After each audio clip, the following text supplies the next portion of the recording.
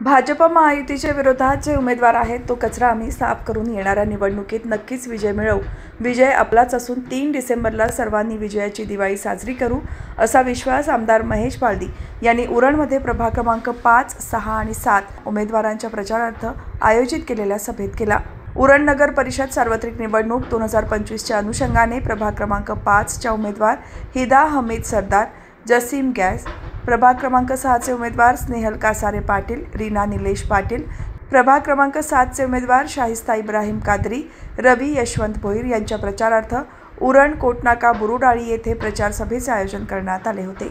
यावेळी व्यासपीठावर आमदार महेश पालदी, भाजपचे शहराध्यक्ष कौशिक शहा, नगराध्यक्ष पदाचे उमेदवार शोभा कोळी शहा, माजी नगराध्यक्ष चंद्रकांत गायकवाड, रवी यशवंत भोईर, शाहिस्ता इब्राहिम कादरी, स्नेहल कासारे, गणेश पाटील, रीना पाटील, रेयान तुंगेकर, राजू खान, तारीफ भाईजी, अल्पसंख्याक जिल्हाध्यक्ष जसीम गॅस, सरवत पेनकर यांच्यासह पदाधिकारी, कार्यकर्ते आणि नागरिक मोठ्या संख्येने उपस्थित होते।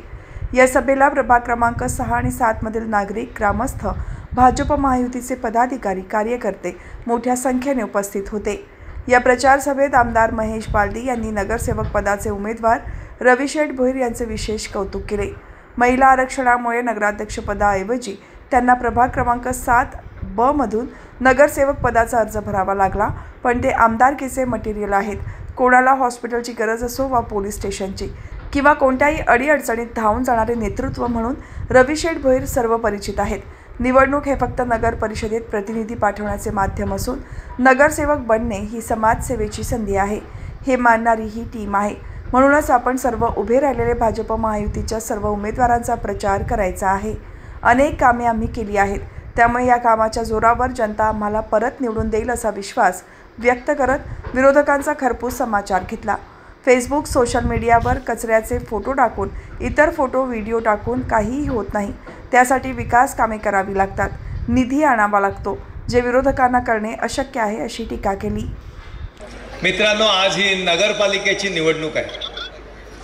अनेक जणांना अनेक अपेक्षा आहेत आणि त्या अपेक्षा पूर्ती करता की रवी भोईर कोटावर नसले तर काय होईल, रवी भोईर 6 नंबरमधून 7 नंबरला गेले तर काय होतंय, रवी भोईर कुठेही असले तरी रवी भोईर नगराध्यक्ष पदाचे उमेदवार होते आणि रवी भोईर नगरसेवक हे आरक्षण नसल्यामुळे वार्डात लढत आहे। अन्यथा हे मटेरियल आपलं आमदारकीचं मटेरियल आहे, हे मी जबाबदारीने सांगतो। कारण आपण इथे बसलेले व्यासपीठावरचे आणि समोरचे हे सर्वजण मान्य करू की तालुक्यातली कोणाचीही गाडी, मग ती पोलीस स्टेशनला जायची असो, तहसीलदार ऑफिसला जायची असो, हॉस्पिटलला जायची असो, पोस्टमॉर्टम करायची असो किंवा कशालाही असो, ती पहिली राघोबा देवळाजवळ थांबते आणि ते रवी भोईरांना शोधतात। हे माझं म्हणणं खरं आहे की नाही? रवी भोईर हे शहराचे नाहीत, रवी भोईर हे तालुक्याचे नेते। जात, धर्म, भाषा, पंथ सोडून जे काम करत असेल तर ही सर्व भारतीय जनता पक्षाची टीम आहे, हे मी जबाबदारीने या ठिकाणी सांगतो। हे निवडणूक हे निमित्त आहे मित्रांनो।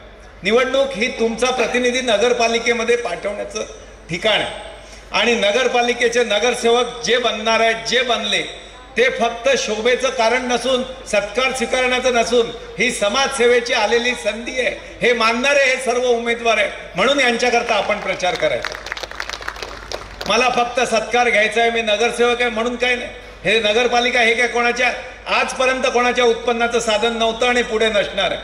आपल्याला ही सेवा करायची आणि मला आश्चर्य वाटते, रवी भोईर तुम्ही बरोबर बोलतात, काही जण हल्ली सकाळी जॉगिंग करताना पाया पडतात। म्हातारी दिसली पाहिजे का हे लगेच सूर मारतात पायाची। आम्हाला एवढे आशीर्वाद का घ्यावे लागतात? आम्हाला नाही करायला लागत, कारण आम्हाला ती आजी पण माहिती आहे, ती काय करणार आहे तेही माहिती आहे आणि तिचे आशीर्वाद सदैव आमच्याच मागे आहेत, हे आमच्या पूर्ण टीमला माहिती आहे।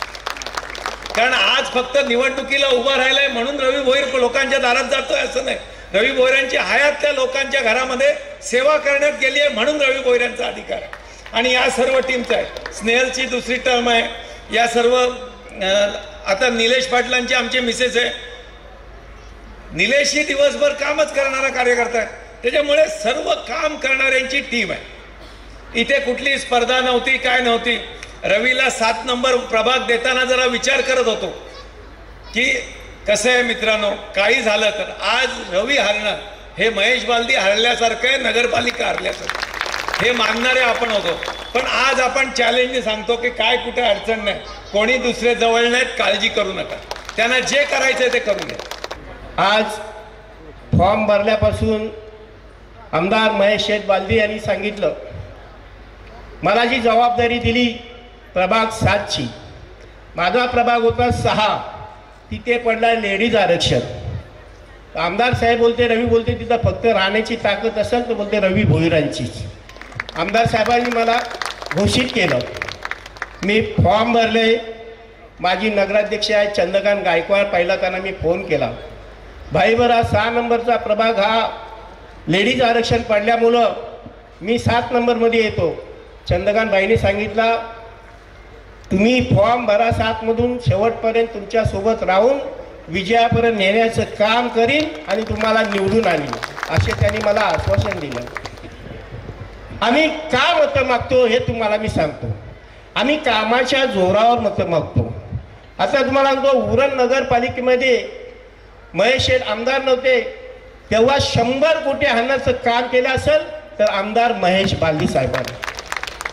या उरण तालुक्याला कधी ट्रेन बघायला भेटली नसेल, ती ट्रेन आणण्याचं काम केलं असेल आमदार महेश बालदी साहेबांनी. अटल सेतूसाठी प्रयत्न केला असेल तर आमदार महेश शेठ बालदी साहेबांनी.